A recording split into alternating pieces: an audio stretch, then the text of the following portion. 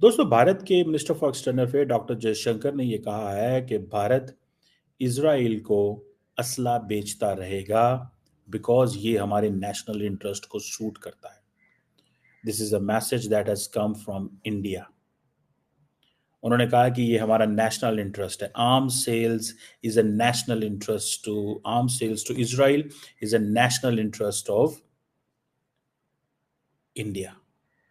और हम डिफरेंट जगहों पे हम जयशंकर साहब ने कहा कि इजराइल हमारे साथ खड़ा रहा है, हम इजराइल के साथ खड़े रहेंगे। और ये जो एक्सपोर्ट्स की बात है, ये हम डायरेक्टली हो इनडायरेक्टली हो इसकी कुछ भी हमें कीमत अदा करनी पड़े, but we will keep standing with Israel. ये है उनकी कमिटमेंट। इजराइल के पास जितनी भी टेक डेवलपमेंट है, टेक एडवांसमेंट है, वो सारी की सारी जो है वो मौजूद है। अगर इजराइल को के पास हेरोन ड्रोन्स हैं तो इंडिया ने वो ड्रोन्स लिए। वाई? बिकॉज दे नो इसकी सिग्निफिकेंस है। इन ड्रोन्स की सिग्निफिकेंस मौजूद है। वो समझते हैं हमें ये ड्रोन्स चाहिए और हमें ये ड्रोन्स लेने चाहिए, हम लेंगे और इसका इस्तेमाल करेंगे। ये एक चीज जेन में रखें। सो वो जो टेक चीज है वो भी। तीसरी इंपॉर्टेंट चीज ये है अमेरिका। इंडिया इस चीज को महसूस करता है कि अमेरिका और इजराइल के जितने करीब ताल्लुकात हैं, हम we want to stay on the side of the United States and we must not have these stand on these moral grounds कि नहीं जी वो तो हम अखलाकियात पे बात करेंगे तो ये तो वो कहते हैं ये अखलाकियात पे बात करना ये हमारा काम नहीं है। This is not our job, ये किसी और का काम होगा।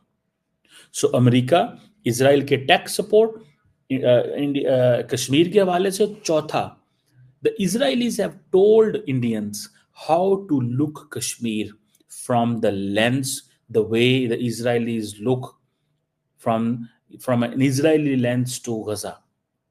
उन्होंने उनका लेंस चेंज किया, ठीक है, कि आपको कैसे चीजों को करना चाहिए।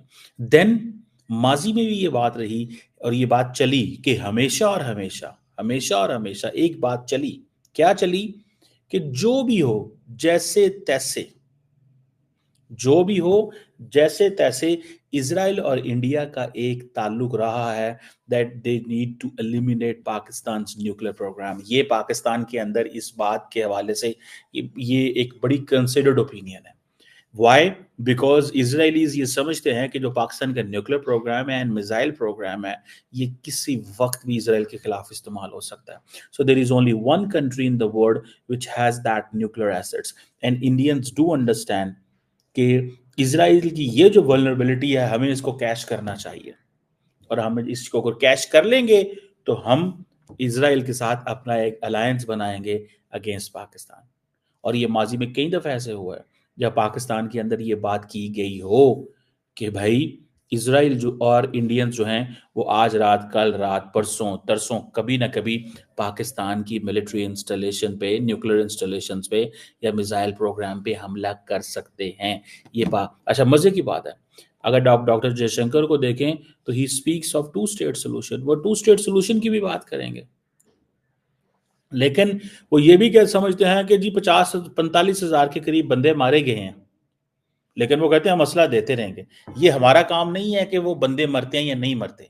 बंदे मर रहे हैं हमारे असले से, सो व्हाट, हमें इस चीज से कंसर्न नहीं है कि हमारा असला अगर मुसलमान गजा के लोगों के खिलाफ इस्तेमाल हो रहा है। हमारा मसला यह है कि हम इसराइल को बेच रहे हैं। समझ आ रही है बात आप? So they are very clear. So we will keep selling these weapons to Israel and with these weapons where will they attack. देखें इंडिया को क्या एडवांटेज है। इंडिया अपनी आत्मनिर्भर भारत के एंगल से सोचता है। इंडिया ये नहीं सोच रहा कि ये असला कहाँ इस्तेमाल होता है। दिस इज कॉल्ड, ये एक रियलिस्ट अप्रोच है, रियलिज्म के एंगल से अप्रोच है। पहले अपनी फाइनेंशियल वायबिलिटी है, सेकंड अपनी एक्सपोर्ट को देखो, थर्ड अपना स्ट्रेटेजिक अलायंस बिल्ड करो, चौथा अपनी मार्केट को अपने आप की रेलिवेंट करो in the western world and in the western circles. बर्तानिया, अमेरिका, इंग्लैंड, इन सर्कल्स के अंदर हमें इस लेंस से देखा जाए, we are on your side. So ये चीजें जो हैं व्हेन दे आर डिसाइडेड, तो देन आपको पता चल जाता है कि भाई सारी की सारी स्टोरी क्या है। ठीक है जी।